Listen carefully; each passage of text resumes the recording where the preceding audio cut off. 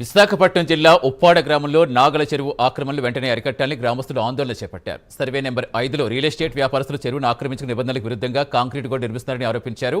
అదేవిధంగా చెరువు నీరు పోయే గడ్డలను సైతం కబ్జా చేస్తారని మండిపడ్డారు. అధికారులు స్పందించి కబ్జా గురైన చెరువు స్థలాలు పరిరక్షించాలని కోరారు.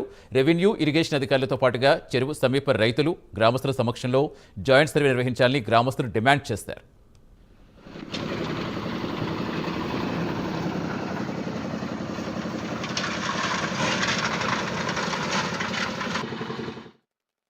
శ్రీనండి, చేపలపాడ ఎక్స్ఎంపీటీసీ మెంబర్నండి. ఇప్పుడు మా చేపలపాడ పంచాయతీలో చాలా చెరువులు ఉన్నాయండి. అయితే ఇక్కడ చెరువు పక్కన లేఅవుట్ వేస్తున్నటువంటి ఈ సురేష్ కుమార్ జైన్ నవరత్న ఎస్టేట్స్ సంబంధించినటువంటి వాళ్ళండి. ఇప్పుడు వాళ్ళు ప్లేస్ కాకుండా చెరువు గట్లు ఒక 20 అడుగులు 25 అడుగుల వరకు లోపలికి వెళ్ళిపోయి గట్టు అంతా ఎన్క్రోచ్ చేసేసి వాళ్ళ ప్లేస్లో కలిపి బౌండరీస్ కట్టుకున్నట్టుంటే చాలా సందర్భాలు ఇక్కడ జరుగుతున్నాయండి మా చేపలపాడ పంచాయతీలో. ఇది యాక్చువల్లీ నాగల చెరువు అండి. సర్వే నెంబర్ 5లో ఉన్నటువంటి నాగల చెరువు 6 ఎకరాల 90 సెంట్లు విస్తీర్ణంలో ఉందండి గవర్నమెంట్ రికార్డ్ పరంగా.